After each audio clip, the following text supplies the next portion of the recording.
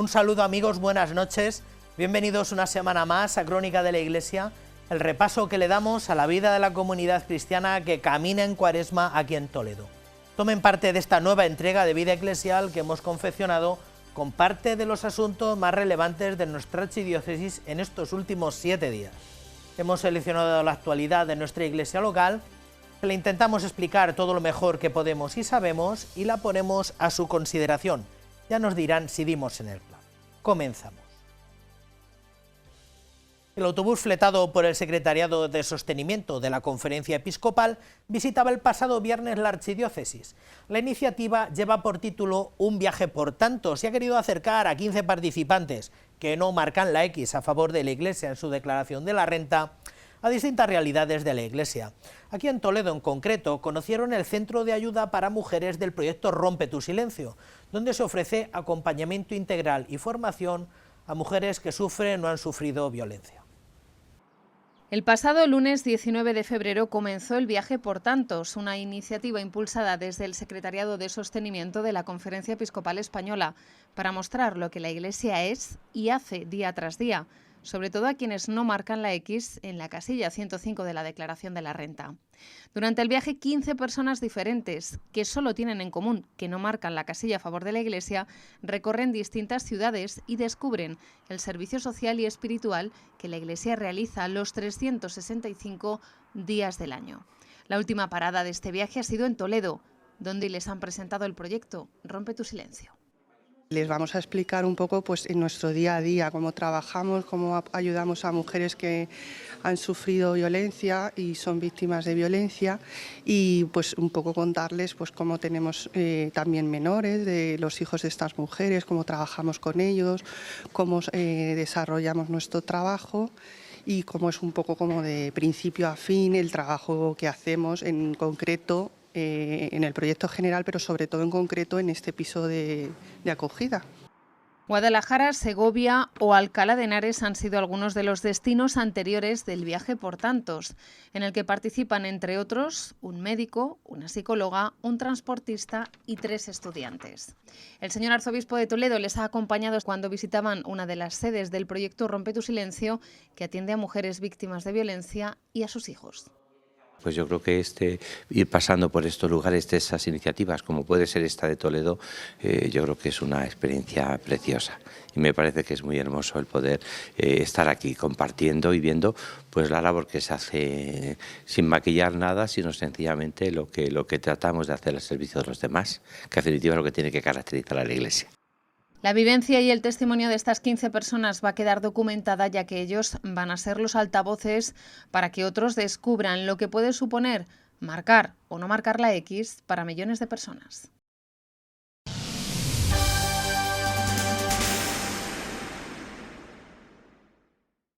La agenda del arzobispo pasaba el pasado sábado, entre otros muchos compromisos, por la clausura de la Escuela de Formación Cofrade para este curso, a la que han acudido un total de 80 participantes de diferentes cofradías y hermandades en las 2 sedes donde se ha llevado a cabo, Toledo y Talavera.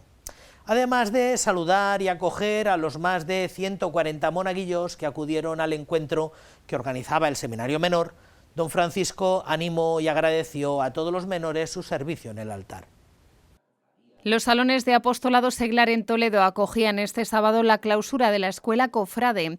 El señor arzobispo de Toledo presidió este encuentro en el que advirtió de la necesidad de la Escuela Cofrade y del valor de las imágenes para la religiosidad popular. Dios ha hecho imagen. Cuando existían, que siempre han existido, la herejía de los iconoclastas en la Iglesia, siempre ha habido. Y que ya gracias a Dios no la hay, pero hubo un tiempo en que los iconoclastas, por ejemplo, iconoclastas clarísimamente son, por ejemplo, los testigos de Jehová. Por eso es por lo que la religiosidad popular, las devociones y las cofradías y la devoción a la Virgen, gracias a Dios ha hecho que en España, cosa que se ha pasado en América, no arrasen las sectas. También este sábado por la mañana 140 monaguillos de toda la archidiócesis de Toledo se reunían en el Seminario Menor Santo Tomás de Villanueva.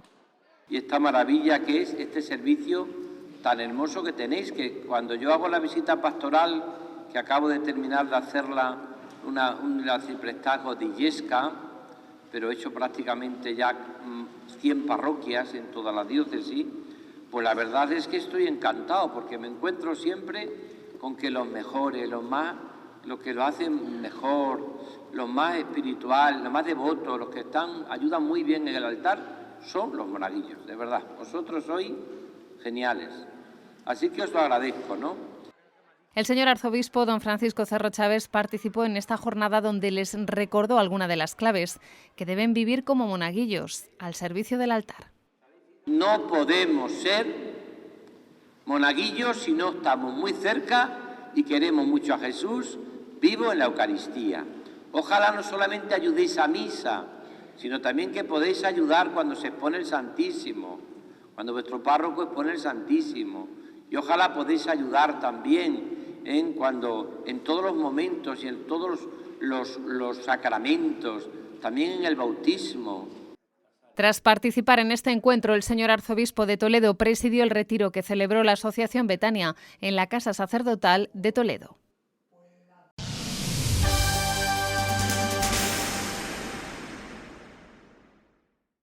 Además, la mañana del sábado fue ocasión para que la Casa de Ejercicios acogiera un retiro organizado por la Asociación Betania.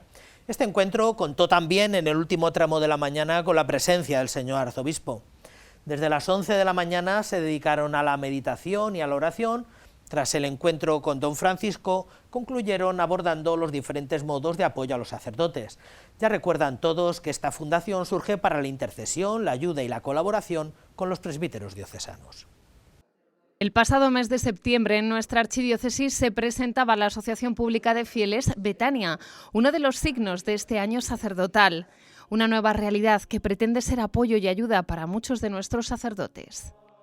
En unos tiempos en los que tantas veces son vilipendiados, que viven esas soledades de las que nos hablaba don Juan también antes, el hecho de que haya personas que han querido significarse a favor de ellos con su oración, con su tiempo, con su trabajo, con sus personas, ya para muchos es algo muy de agradecer. Dentro de la Asociación Betania se han constituido 3 grupos de trabajo. El primer grupo tiene como objetivo apoyar con la oración a los sacerdotes, rezando por los presbíteros, por las vocaciones y por su santificación. Otro de los grupos pretende ayudar a los sacerdotes ofreciendo su competencia profesional para atender diversas necesidades de índole sanitaria, psicológica, legal o administrativa. Y el tercero está compuesto por las propias familias de los presbíteros. Hemos conocido muchísima gente que tenía ya esta inquietud en el corazón y que realmente, don Juan nos lo ha dicho muy bonito en la meditación, pero realmente la Iglesia es una familia y no sabemos en qué momento se nos ha olvidado que esto es así. Y Betania solamente viene a recordar una cosa que ya existía, ¿no? que es que la Iglesia es una familia y que tenemos que cuidar de los sacerdotes. Todos ellos se daban cita este sábado en la Casa Sacerdotal, donde compartieron un retiro y se reunieron después con el señor arzobispo de Toledo. Don Francisco Cerro Chaves advirtió de la necesidad de acompañar también a las familias de los presbíteros. Atender también a las familias de los sacerdotes, ¿no?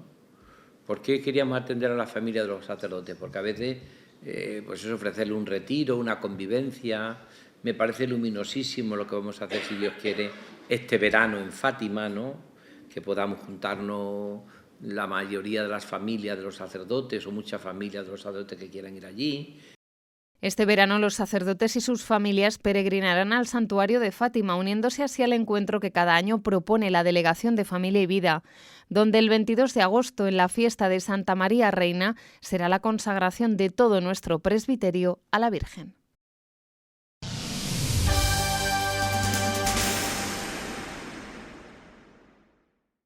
El señor arzobispo presidió la misa mayor del segundo domingo de Cuaresma en la catedral.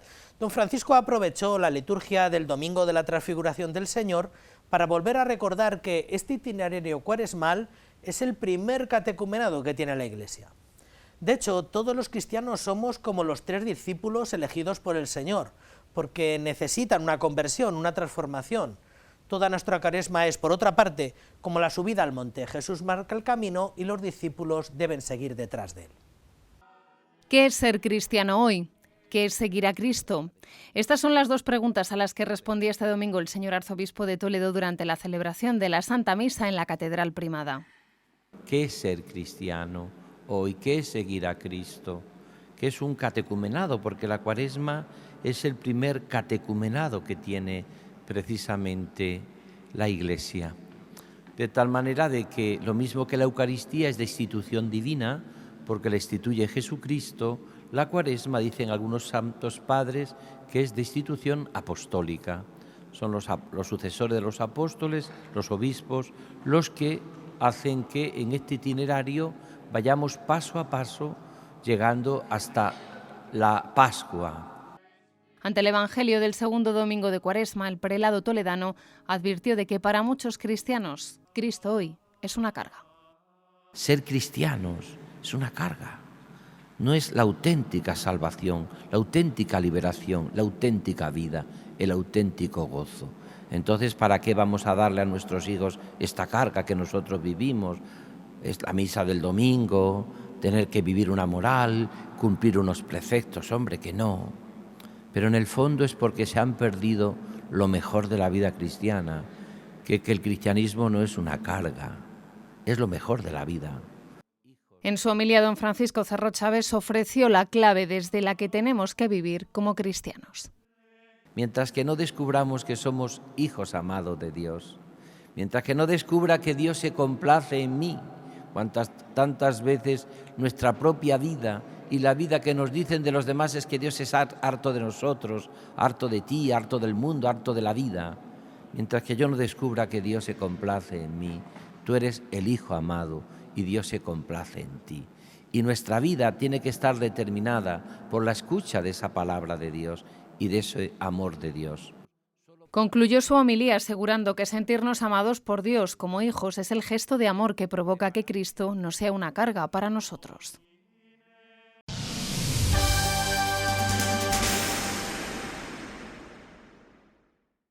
No puedo negarles que estamos siguiendo con algún interés y una pizca de expectación las citas del equipo de discernimiento comunitario de cara a ir consolidando los cimientos del probable próximo sínodo diocesano.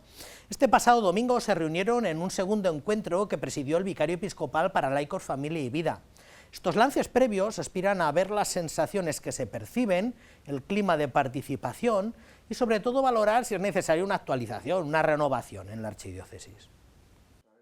Este domingo, en los salones del Apostolado Seglar, se han reunido los miembros del equipo de discernimiento comunitario para el próximo sínodo que convocará en nuestra archidiócesis el señor arzobispo de Toledo. ¿Y qué es lo que se pretende de nosotros? ¿No? Lo decíamos el otro día, ¿no? Pues un poquito pues que ayudemos, ¿no? Pues a dar luz, ¿no? A hacer ese análisis de cómo estamos como Iglesia diocesana, pues de cara, ¿no? a las puertas, ¿no? de esa convocatoria del sínodo que ha hecho nuestro arzobispo don Francisco y que nosotros pues queremos ofrecerle, ¿no? el fruto de nuestro trabajo, el fruto de nuestro discernimiento, pues para que él pueda de ahí, ¿no? pues tomar las líneas, ¿no? que en el futuro pues sean, ¿no? los caminos que recorramos, ¿no? en este sínodo. El objetivo, hacer un análisis y dar luz sobre cómo está en nuestros momentos la Iglesia diocesana. Hacer un poco ese análisis de cómo está la realidad de nuestra diócesis y sobre todo, yo insistía mucho, ¿no? en hacerlo desde la oración, ¿no? Si recordáis, os mandaba este tiempo atrás una imagen sencilla, ¿vale? Pero que expresaba, ¿no? de manera gráfica lo que queríamos que fuera pues, nuestro trabajo, ¿no? La próxima reunión del equipo de discernimiento comunitario será el 17 de marzo.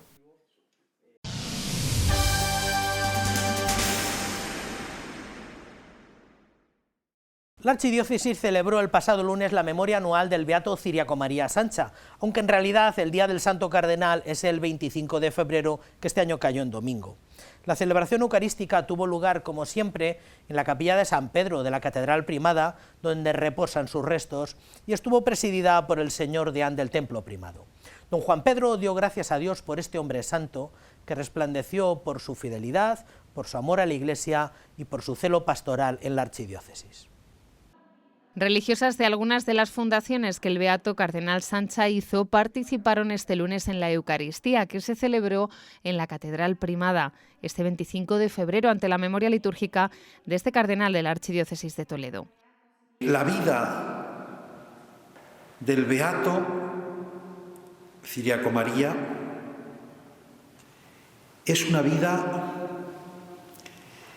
repleta, intensa, una vida entregada, total y absolutamente, con una actividad que podríamos decir casi frenética. El deán don Juan Pedro Sánchez Gamero destacó durante la homilía que su celo pastoral le llevó a entregarse totalmente a los demás. Ese amor que se hace presencia, un amor que no es afectivo solamente, sino efectivo. De ahí todas las obras que empezó a realizar, a base de congresos, a base de fundaciones de religiosos, a base de decretos pastorales, a base de visita pastoral. En su homilía, el deán de la Catedral Primada destacó que su fidelidad y su amor a la Iglesia le llevó siempre a defender la verdad. Su fidelidad, que le lleva a buscar esa unidad, esa añoranza de en alguna ocasión no tener el tiempo suficiente como para estar con el Señor más veces y más tiempo, es porque estaba muy unido a Él. Unidad y fidelidad al amor que Dios ha recibido. La Santa Misa se celebró donde reposan las reliquias de este arzobispo toledano en la capilla de San Pedro de la Catedral Primada. Allí pueden recibir la veneración de los fieles.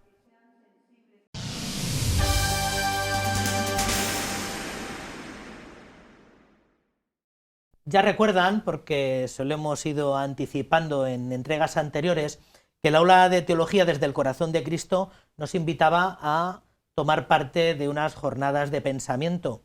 No hace otra cosa que el resto de los entes y de las pequeñas instituciones que forman parte del Instituto de Ciencias Religiosas y el Instituto Teológico.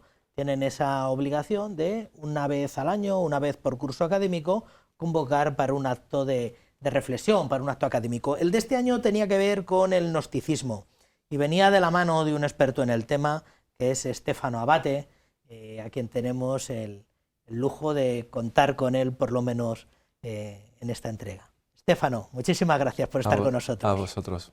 ¿Qué tal, José María? Tú eres, con este nombre, Stefano, ¿eres natural de? De Roma, de Italia. Eres romano. Correcto. ¿Desde cuándo en Barcelona? Año 2005 he venido a España y nos hemos quedado en Barcelona con mi esposa y aquí hemos hecho familia, vida, trabajo. Muy bien. Ahora eres profesor en la Abat Oliba. En la Abat Oliba CEU, Barcelona, y soy profesor adjunto de Filosofía Social. De Filosofía Social.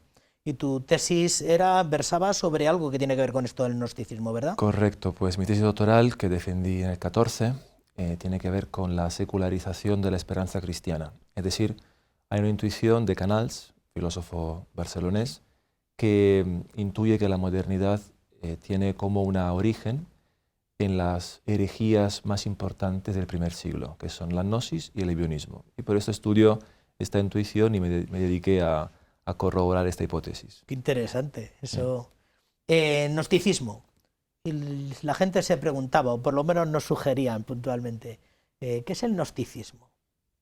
Bueno, es una herejía, diríamos, del siglo II, que crece y nace en el ámbito cristiano.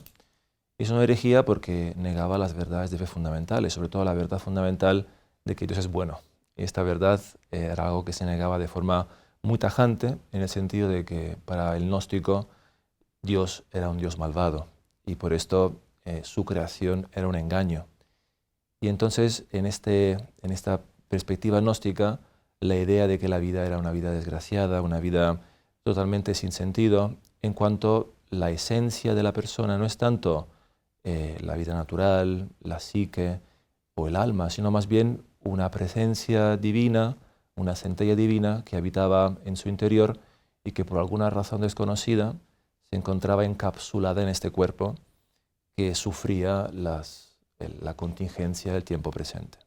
Y por esto, digamos, la gnosis, aunque no es una herejía propiamente cristiana, sino que tiene ciertos recorridos anteriores en el mundo persa, mandeo, iraní, toda la parte oriental, el helenismo, es cierto que encuentra su forma de realización en la iglesia primitiva de recién nacida, casi diríamos.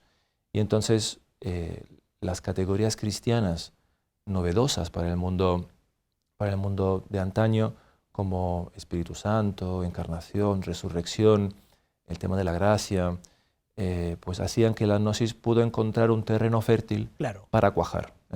Y en esta adhesión al cristianismo, me parece que la definición que dio Ratzinger es muy certera, que es un parásito del cristianismo, o hasta se puede decir una sombra maligna del cristianismo. Interesante. Porque realmente para personas de la época, como Celso, como Plotino, no encontraban diferencia alguna entre gnosis y cristianismo, le parecían lo mismo, porque la gnosis se esforzaba de serlo, se esforzaba de parecerlo por lo menos, y hacerse pasar por cristianos, ¿no? Y este carácter mistérico, iniciático, escondido de la gnosis fue muy duro, porque sobre todo captaba fieles cristianos, captaba en las iglesias, y claro, la falta de una fe explicada de un modo magisterial, quizás, de los concilios que fueron posteriores, hacía que a las personas le parecía que al final mucha diferencia no había. Y esto fue la razón por la cual tantos santos padres quisieron luchar contra esta herejía.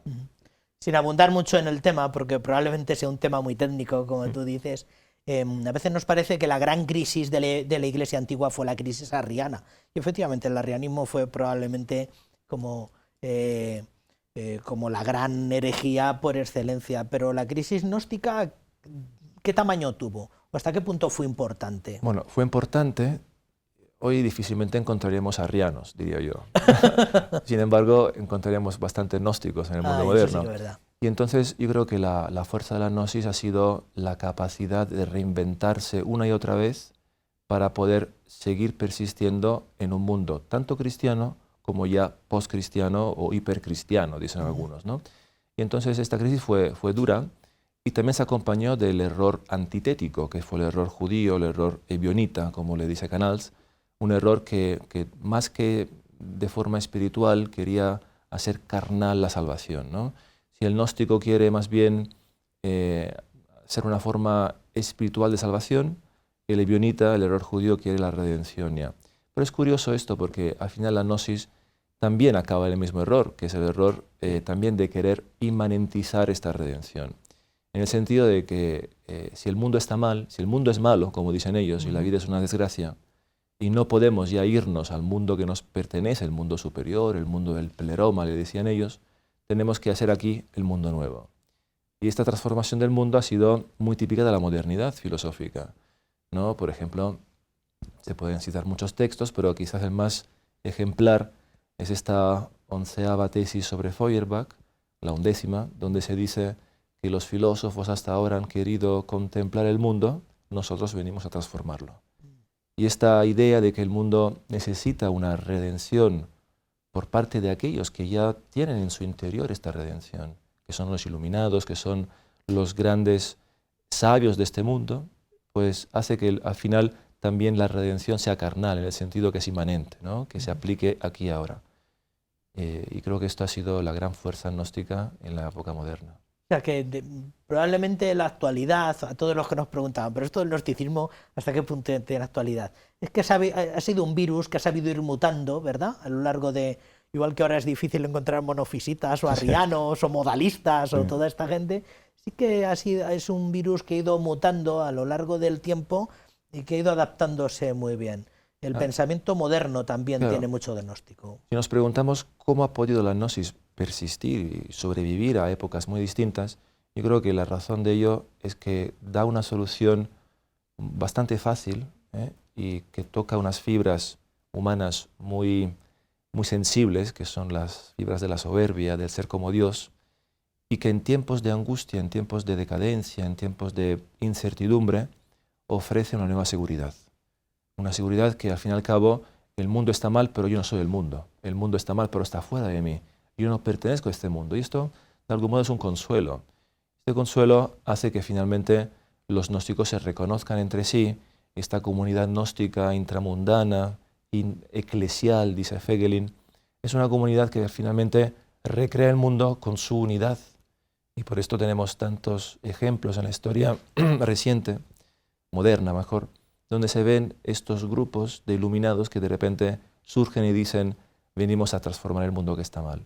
Y su fuerza de convencimiento es justamente de que la percepción que da a personas ajenas a estas doctrinas, pues es una percepción de, mira esto, qué buenos que son, se indignan por el mal del mundo, el mundo le parece que está muy mal, y para entender que el mundo está muy mal, deben ser muy buenos.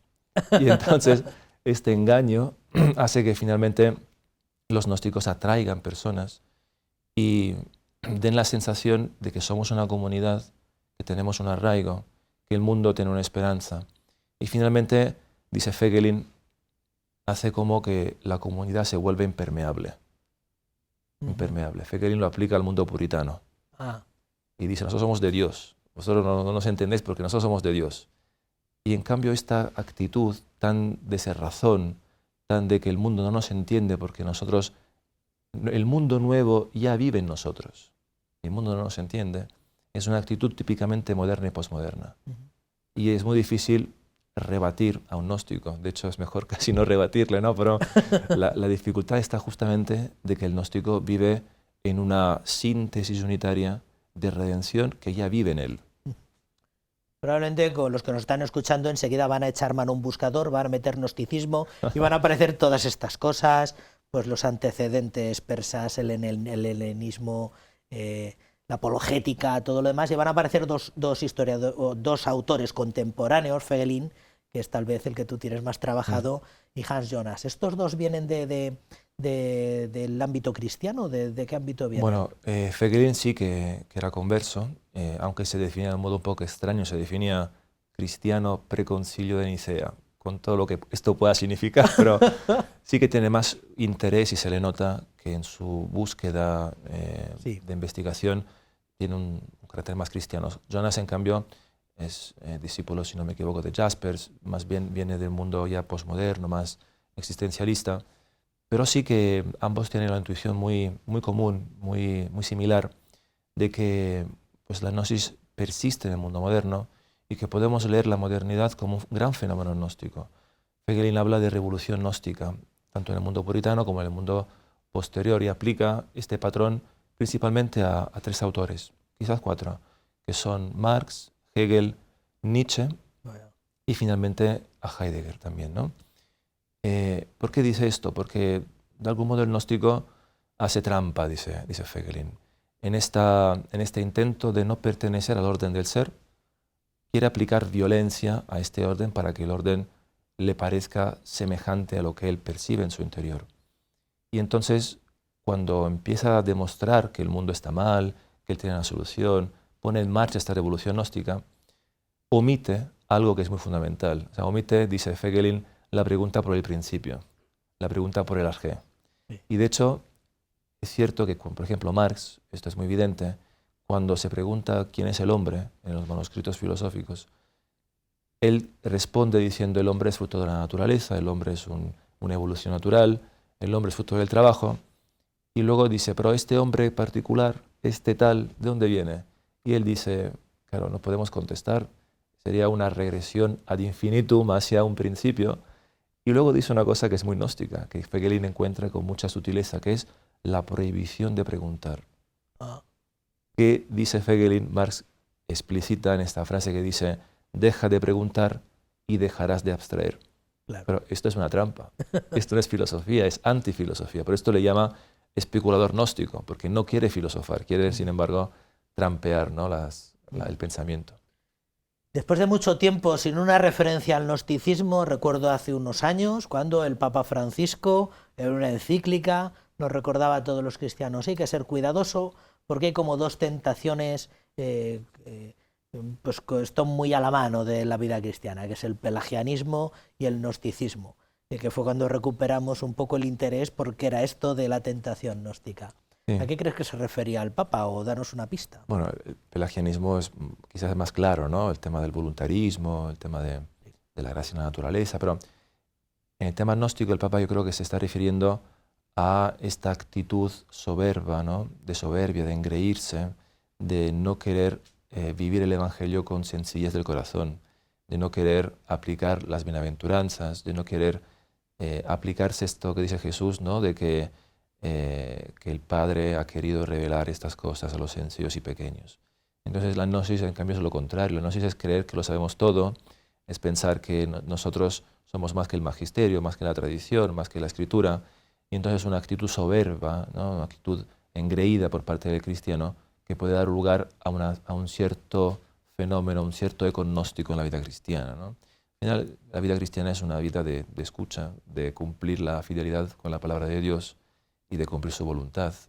Es que crezca Él y que nosotros seamos más pequeños, ¿no? Como San Juan Bautista. Sí, sí. Todo esto tiene que ver, el gnosticismo es una pieza más de un amplio puzzle, que es el que tú abordas desde la vida académica y sobre todo desde tu tesis, que es la secularización de la esperanza cristiana y el mesianismo moderno. ¿Qué tiene que ver el gnosticismo con todo esto? Es una pieza más de un puzzle, me da la impresión mucho más amplio, ¿verdad? Sí, es amplio, pero podemos acotarlo ahora a este ámbito, ¿no?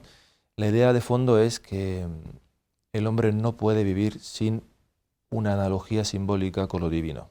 Es decir, toda su vida política y social no deja de ser un intento de trasladar lo que es la vida superior, trascendental, a la vida de su día a día. Por esto, la vida del hombre está plagada de símbolos, de analogías, de mediaciones, de rituales, que de algún modo conectan, ¿no? La vida de los hombres con la vida superior, de los dioses en su momento y luego finalmente la vida divina.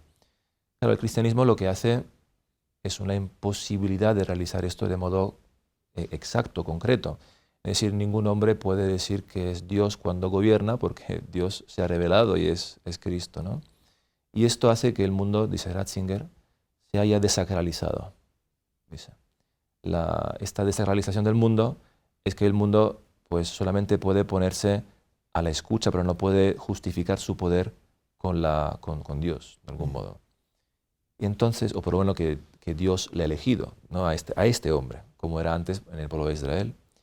Entonces, este mundo ya desmitificado, dicen algunos, en el mundo moderno se hace como un trabajo de gran racionalización, ¿no? De querer romper todas las supersticiones antiguas y de finalmente vivir sin esta simbología, sin esta mediación. Sí. Y entonces el mundo moderno pretende ser secular. Pretende, ¿por qué digo esto? Porque en realidad es imposible realizarlo. Siempre, si sale por la ventana, vuelve la divinización por otro lado. Y entonces el mundo moderno es profundamente secular porque trasvasa significados religiosos al ámbito político. Claro. Esto es la idea de fondo, ¿no? Y por esto la Revolución Francesa ha sido tan... cambia el calendario y quita las fiestas que antes eran del calendario litúrgico, las sustituye por fiestas civiles. Y aquí tenemos lo que Fegel llama las religiones civiles, o religiones políticas, ¿no? Que es un tema muy antiguo, que también San Agustín había tratado con Varrón, y que acusaba a los romanos que sabían que esto era falso. Lo saben todo que esto es falso, la religión civil, y sin embargo seguís en la falsedad.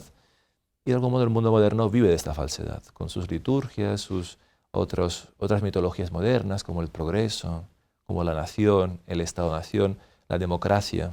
Y son mitologías que en realidad son otra vez la vuelta por la ventana de lo divino en el mundo. Pues Estéfano, muchísimas gracias por habernos puesto en contexto todo esto que te ha traído aquí a Toledo para en 4 charlas pues un poco magisteriales exponerlo. Muchísimas gracias. No es la primera vez que vienes a Toledo, pero aquí tienes tu casa para Muchas gracias, José María. Muchas gracias.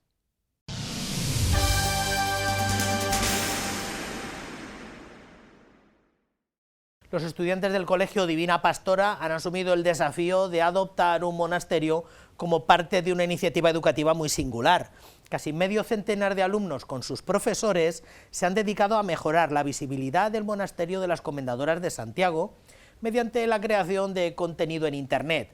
Este compromiso va más allá de simplemente publicar en redes sociales. Los estudiantes han realizado cambios en la página web del monasterio para hacerla más atractiva y más accesible. Las Comendadoras de Santiago llevan en Toledo desde el año 1502. Tras más de 5 siglos, este monasterio es el que cuenta con más religiosas en la ciudad. En total, 21 monjas que con la guardería y el obrador no tienen para cubrir gastos. Por ello, medio centenar de alumnos del Colegio Divina Pastora han decidido echarles una mano en aquello donde mejor se desenvuelven, las redes sociales. Pero vosotros manejáis redes sociales, vosotros estáis en el mundo de Internet. ¿Podéis ayudar a las monjas comendadoras de Santiago a que tengan visibilidad? A que, por ejemplo, cuando vendan sus dulces, su guardería, puedan hacer unos posts adecuados, modernos, con un lenguaje adecuado. Y ese ha sido el reto. Entonces, bueno, a lo largo de todo este proyecto han tenido que investigar sobre la historia de las comendadoras, lógicamente, porque para hacer un post de calidad tenían que saber sobre ellas. Han analizado qué es un post, qué diferencia hay entre un post de la web y uno de Facebook. Todo esto de distintas materias. Hasta ahora hemos trabajado en este proyecto historia, digitalización, religión, filosofía, inglés, lengua castellana, porque nos parecía muy amplio para poderlo desarrollar. Casi un mes de trabajo en el que los alumnos han podido establecer relaciones personales con las religiosas, conocer su trabajo en el convento y desarrollar propuestas innovadoras para conseguir más visibilidad.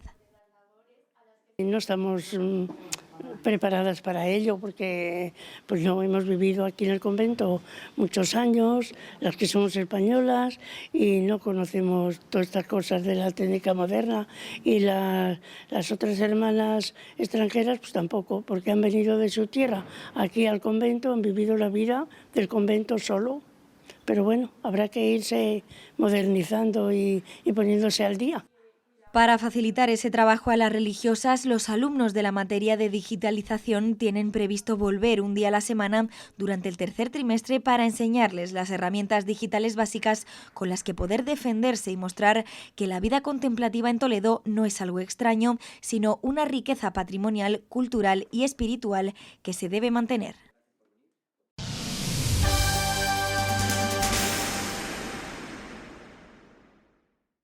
Probablemente el acontecimiento que va a capitalizar el último tramo de la Cuaresma de este año será la erección del santuario de San José en el barrio del Patrocinio de Talavera. Hoy les acercamos a los que durante estos años han mantenido encendida la antorcha de la devoción en la barriada talaverana, que son la Hermandad de San José Obrero. Una asociación que comenzó su andadura en mayo del año 79 con un grupo de feligreses de la parroquia en torno al nuevo sacerdote recién llegado y que reúne a más de 100 devotos. El próximo 19 de marzo este templo será proclamado Santuario de San José, el segundo en España dedicado al custodio del Redentor. Una devoción que viene de atrás, mucho antes del surgimiento de la hermandad que se crea en el año 1979.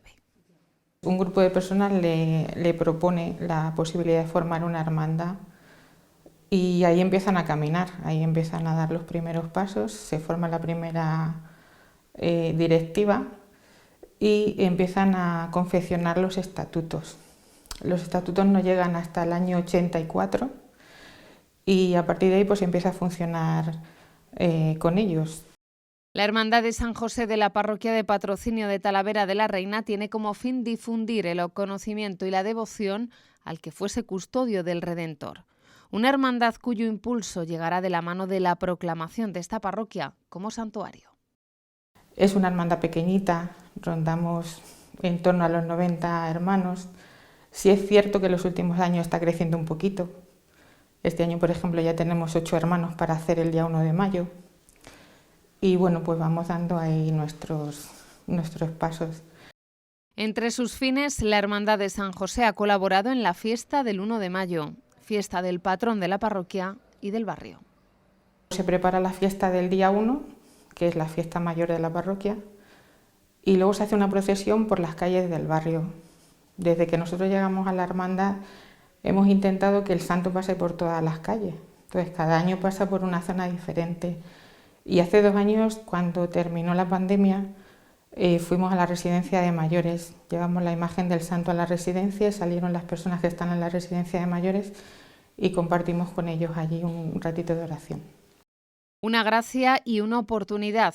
Así define el señor arzobispo de Toledo en su carta pastoral la proclamación del santuario de San José en este barrio de Talavera de la Reina el próximo 19 de marzo. Todo un acontecimiento para esta hermandad que mantiene su compromiso en difundir y dar a conocer la figura colosal de San José.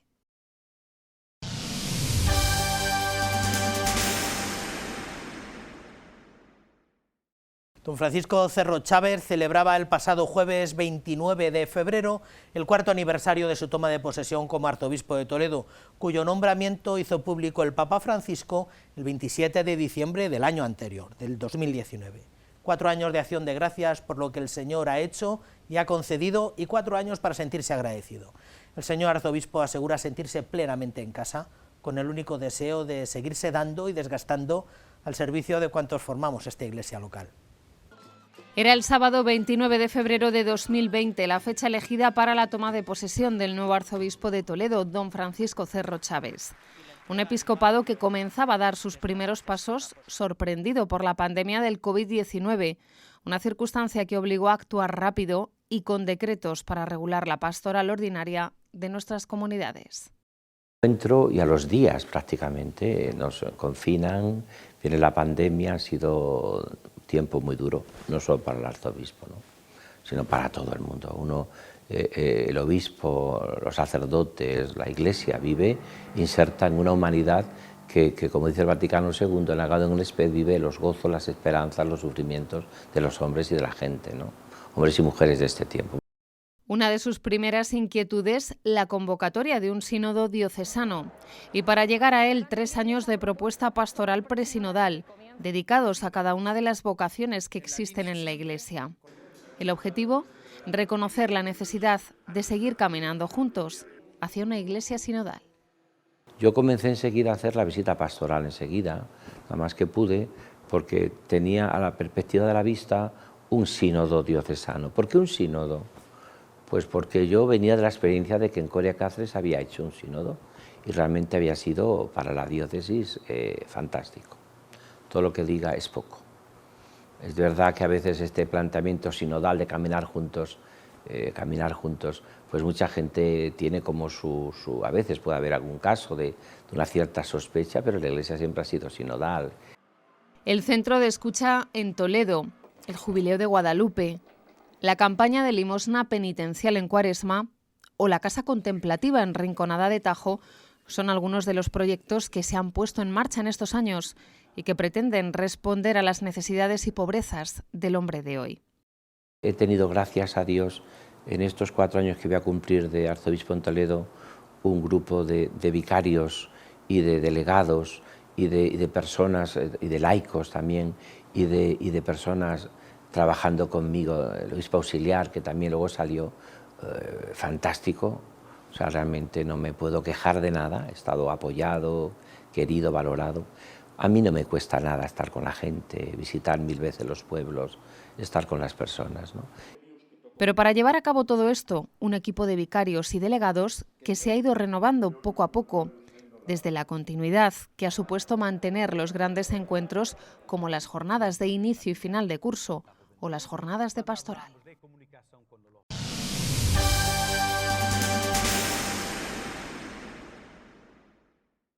El corazón de Jesús y la evangelización de los pobres son las 2 claves del episcopado de don Francisco Cerro, y también las claves del servicio que lleva prestando estos últimos 4 años al frente de la Archidiócesis Primada.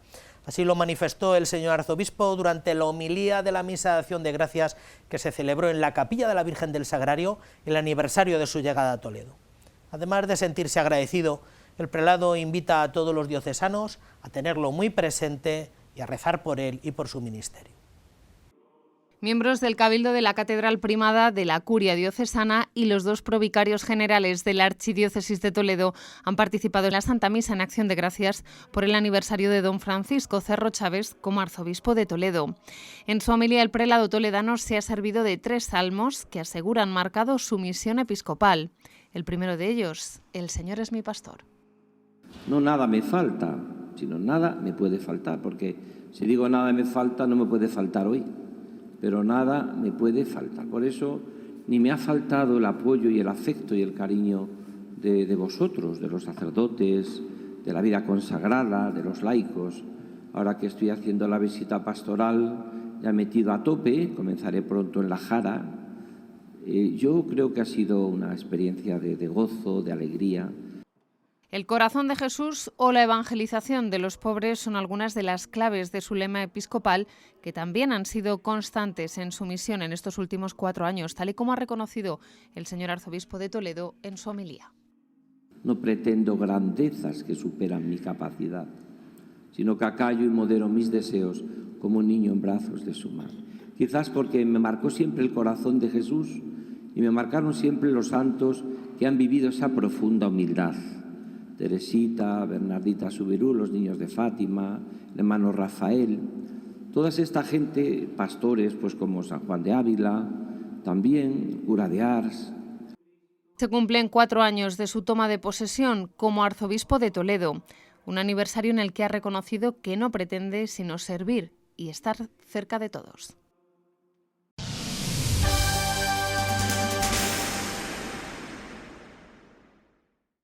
El pasado miércoles se presentaba el programa de celebraciones de la Semana Santa de la ciudad de Toledo en la sala capitular del Consistorio de la Ciudad Imperial. Un acto que no deja de ser la segunda entrega de la presentación oficial de hace 15 días. Culto, formación y caridad son los 3 pilares de la programación de esta Semana de Pasión, así lo recordaba el presidente de la Junta de Hermandades y Cofradías, Juan Carlos Sánchez. Se dieron a conocer algunas novedades, además de la recuperación de otras tradiciones.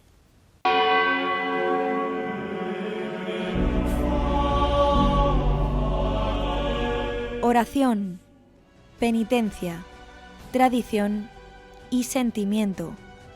Son las 4 palabras que definen la Semana Santa de Toledo.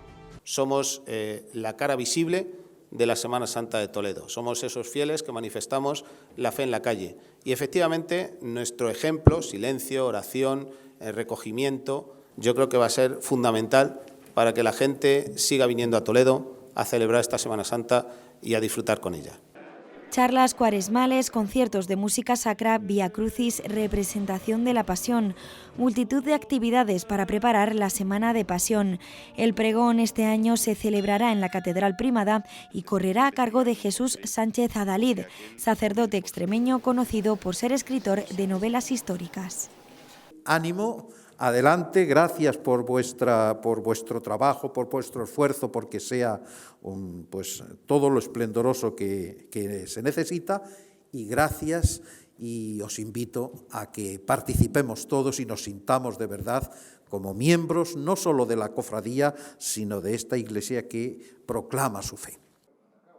Entre las novedades de este año está el nuevo recorrido del Cristo de la Caridad, que amplía su vuelta al templo desde el Paseo del Carmen.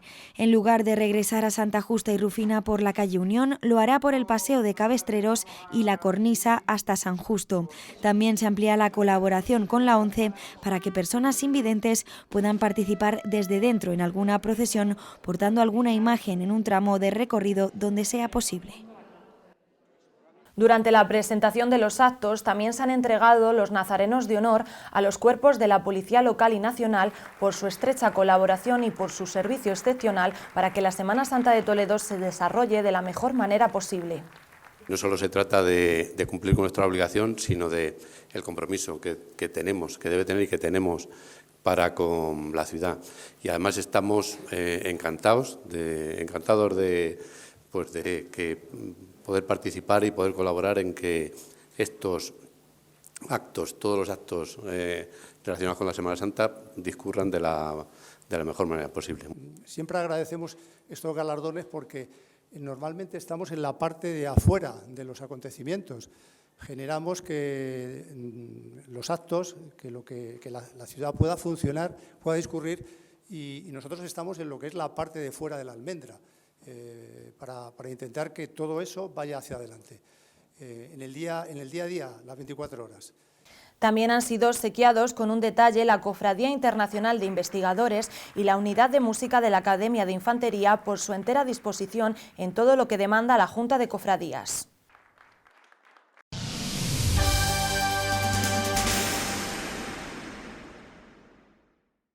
Cáritas Española, el verdadero escudo social de nuestro país, ha alertado de que la encuesta de condiciones de vida 2023 revela que cada vez son más las familias que tienen dificultades para llegar a fin de mes y que esta entidad eclesial atribuye al encarecimiento de los alimentos y de la vivienda. Se trata de una situación que se ha convertido en estructural y que se ha visto agudizada por la subida de los precios. Ante esa compleja situación, Cáritas ofrece una gran red a través de las más de 5.000 parroquias donde está presente. El año 2023 no fue fácil para las familias más vulnerables y les ponemos un ejemplo. Más de 556.000 niños y adolescentes han tenido dificultad para comer carne o pescado en días alternos. Son el 7% de los menores de 18 años. Lo más triste de estos datos de la encuesta de condiciones de vida del INE, que sí recogen un incremento en un 8% de los ingresos de las familias que desgraciadamente no han mejorado sus condiciones de vida, según denuncia Cáritas. Los últimos datos de la encuesta de condiciones de vida del INE refleja un incremento de los ingresos medios de las familias, pero que este no se traduce por una mejoría de las condiciones de vida de las familias. Este empeoramiento se debe a los gastos que tienen que afrontar las familias. Por supuesto, a los alimentos, los precios que aumentan, pero sobre todo todos los relacionados con la vivienda. La razón es muy sencilla. Las familias deben hacer frente a otros muchos problemas aparte de los alimentos, entre ellos el acceso a la vivienda y al mantenimiento de la misma. De hecho, 1 de cada 5 niños vive en hogares que no pueden mantener una temperatura adecuada en invierno ni en verano. Y esto nos muestra una gran precariedad de cada vez más familias, sobre todo familias con niños, niñas y adolescentes, con niveles de pobreza que no habíamos visto desde el año 2014. Estos datos nuevos nos reflejan, por lo tanto, tendencias ya antiguas y es importante que las administraciones públicas garanticen el derecho a un nivel de vida adecuado, apoyando no solo los ingresos, sino también los gastos de las familias. Añadan que un 37% de las familias encuestadas en 2023 no tuvo capacidad para hacer frente a gastos imprevistos y nos haremos una idea de las dificultades que atraviesan las familias hoy en día en nuestro país, en el que la tasa de pobreza extrema ha tocado niveles máximos desde 2014.